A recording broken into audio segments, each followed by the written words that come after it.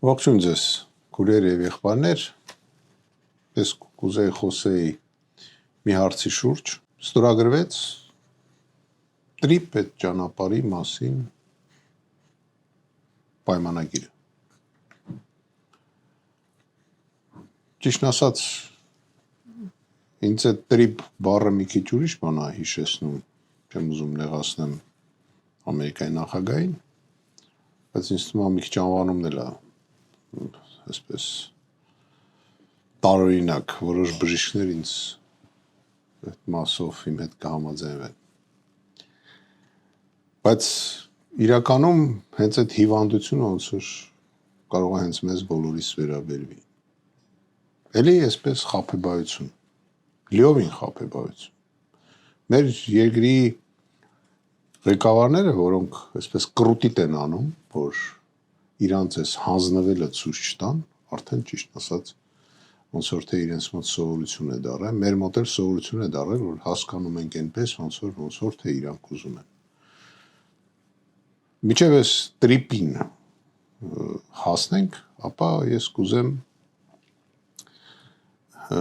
հիշենք, որ մի 2 տարի առաջ, երբ որ ստեղծեցին այդ դելիմիտացիոն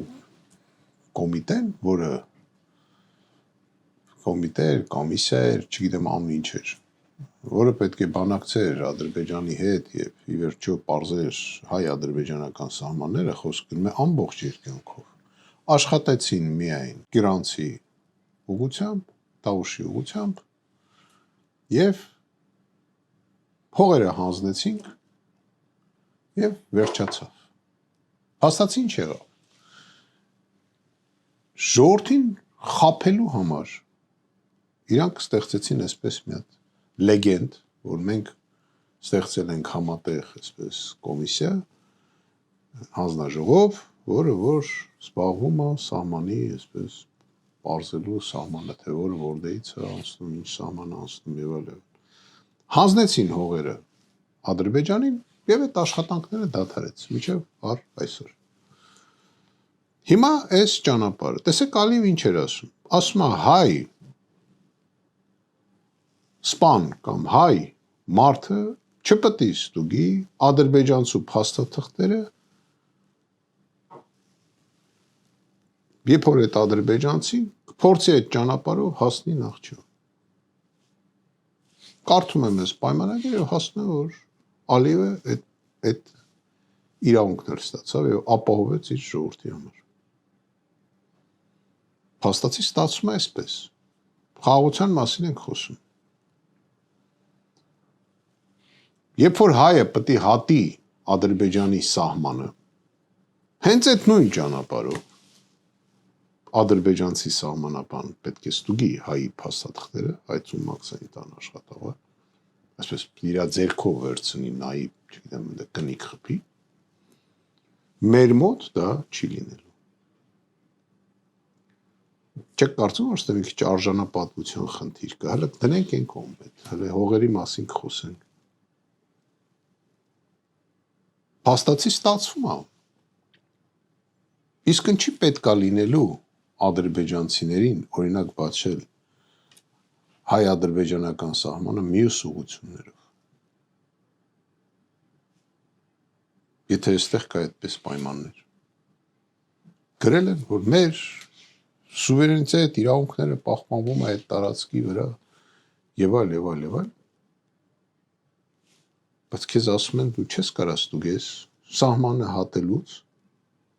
ադրբեջանցու փաստաթղթերը։ Ինչա գայի պոստեր ես տնելու։ Քեզ էլ չեն թողելու։ Դուք օտարել եք 49 թարով առնվազն Հայաստանի հողի մի մաս։ Հետո իրավունքով երկարացնել եւս 50 տարի։ Դուք նույնիսկ որոշել եք այն մեր ապագա երեխաների տեղը, ասենք մեր սերունդների մասով, ապագա, որ իրանք պետք է երկարացնեն։ Լսեք, դուք вообще շոուից ընկել եք։ Դուք ով եք։ Ինչ իրավունքով եւ որտեղ է գրած սահմանադրության մեջ, որ դուք իրավունք ունեք փաստացի օտարել հայկական հողը։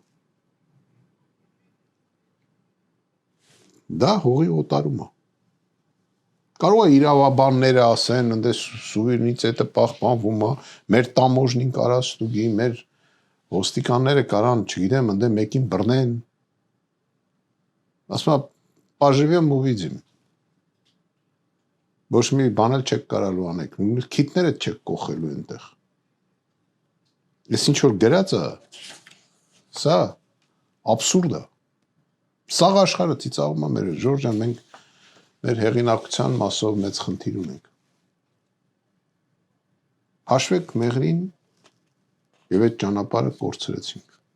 Փաստացի հաշվեք։ Հանձնեց,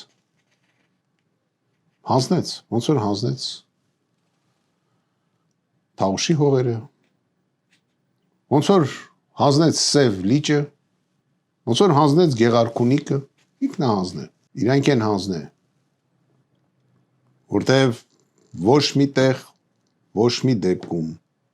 ոչ մի գործողության, ռազմական գործողության հրաման չի տրվել։ Չեմ կարծում, որ կար պաշտպանության նախարար, որ պատրաստ չէր լինի մինչև այսօր պատրաստ չէր լինի կրակելու հրաման տալ։ Միայն ու միայն մեկ հոգուց է գալիս։ Սա փաստ է նրա մեջ, որ հաստատվում է այն ինչ որ ես ասել եմ, որը հրապարակելու եմ, որ ինքը ստորագրել է փաստաթուղթ, որով հանդիսանում է արդ երկրի գործակալ։ Եվ մենակ ինքը չի։ Եվ այսպես շարունակ մենք կորցնելու ենք ամեն ինչ։ Կորցնում ենք, արդեն կորցնում ենք։ Եվ փաստացի ստացվում է,